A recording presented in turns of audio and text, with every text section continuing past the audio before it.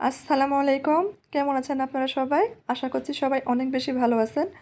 সবাইকে আবারও একবার আমন্ত্রণ করছি সাদামাটা রান্নাঘর অ্যান্ড ব্লগসের আরেকটি নতুন ভিডিও দেখার জন্য। আজকে মাত্র 1 কাপ আটা, একটা ডিম আর 1 কাপ দুধ দিয়ে দুনিয়ার সবথেকে সহজ, হেলদি, মজাদার নাস্তা রেসিপি নিয়ে হাজির হয়েছি। হাতে কাছে থাকা মাত্র 3-4টি উপকরণেই কিন্তু এই নাস্তাটা তৈরি করে নিতে পারেন। খেতেও কিন্তু অনেক মজার হয়ে থাকে, চাইলে বাচ্চাদের টিফিনেও দিতে পারেন। তো চলেন দেখি নাস্তা তৈরির পুরো প্রস্তুত প্রণালী আপনাদের মাঝে শেয়ার করি। এখানে একটা বাটি নিয়েছি, বাটির মধ্যে আমি চায়ের কাপে মেপে 1 কাপ মতো আটা দিয়ে দিব।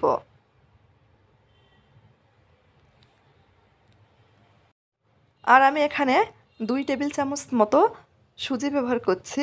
এটা অপশনাল, চাইলে সুজিটা বাদ দেওয়া যাবে, শুধুমাত্র আটা দিয়েও কিন্তু এই নাস্তাটা তৈরি করা যাবে। 2 টেবিল চামচ মতো চিনি ব্যবহার করেছি। এখানে হালকা মিষ্টি ব্যবহার করছি, সামান্য পরিমাণ লবণ, একটা ডিম। এখন আটার সঙ্গে উপকরণগুলো মিশিয়ে নিব। ডিমটা খুব ভালোভাবে আটার সঙ্গে মিশিয়ে নিচ্ছি। অবশ্যই একটু ভালোভাবে মিশিয়ে নিতে হবে। এই নাস্তাটি খেতে কিন্তু সত্যিই অসম্ভব মজার। তৈরি করার কোনো ঝামেলা নেই। ঘুম থেকে উঠতে দেরি হলে 10 মিনিটেই যে কেউ ঝটপট এই নাস্তাটি তৈরি করে নিতে পারেন। চাইলে বাচ্চাদের টিফিনেও দেওয়া যাবে। অনেক হেলদি আর মজাদার, বাচ্চারা কিন্তু অনায়াসে খেয়ে নেবে। যেসব বাচ্চারা দুধ ডিম খেতে চায় না, তাদের এভাবে তৈরি করে দিতে পারেন। কথা দিচ্ছি, বাচ্চারা কিন্তু অনেক মজা করে খাবে। মিশিয়ে নেওয়া হয়ে গেলে এখানে আমি 1 কাপ কুসুম গরম দুধ ব্যবহার করেছি। এখানে অল্প অল্প করে দুধ দিয়ে নাস্তার ব্যাটার তৈরি করে নেব। দুধটা আমি একবারে দিব না, অল্প অল্প করে দিব আর ফেটিয়ে নিতে থাকব।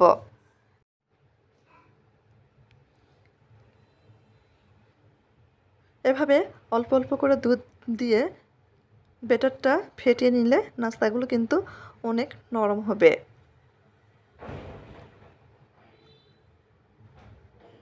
আর এর মধ্যে কোনো প্রকার দলা থাকবে না, স্মুথ ব্যাটার তৈরি করে নেওয়া যাবে।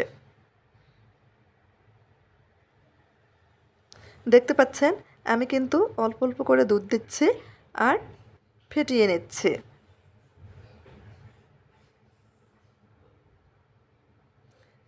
এখন এর ঘনত্বটা দেখিয়ে দিচ্ছি। দেখেন, আমার কাছে মনে হচ্ছে এখনও ঘন আছে। এখানে আরও 2 টেবিল চামচ মতো দুধ দিয়ে মিশিয়ে নিচ্ছি।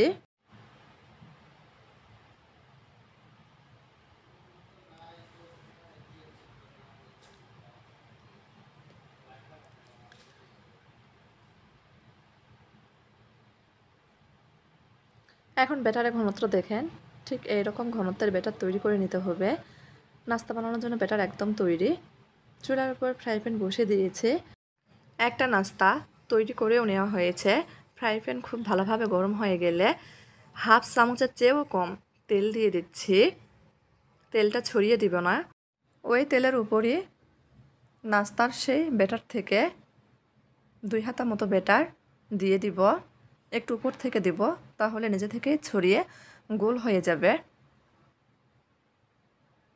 ঢাকনা দিয়ে ঢেকে দিব কিছুক্ষণের জন্য।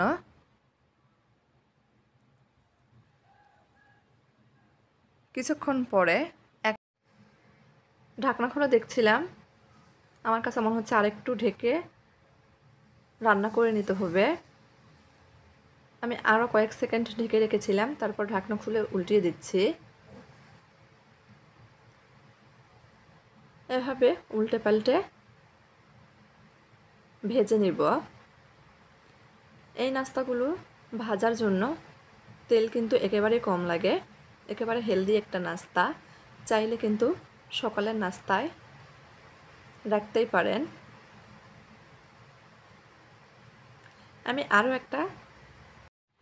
আমি আর একটা নাস্তা ভেজে আপনাদের দেখিয়ে দিচ্ছি। নাস্তাগুলো ভাজতেও কিন্তু খুব একটা সময় লাগে না।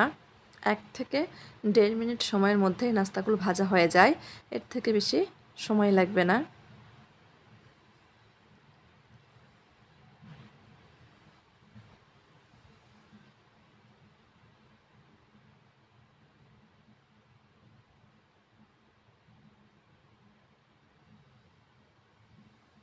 ঝটপট নাস্তাগুলো তৈরি হয়ে যায়, কিন্তু দুনিয়ার সবচেয়ে সহজ নাস্তা বলতে পারেন।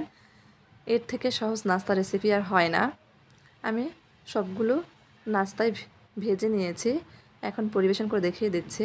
দেখেন নাস্তাগুলো দেখতে মাশাআল্লাহ কতটা লোভনীয় লাগছে। খুবই কম সময়ে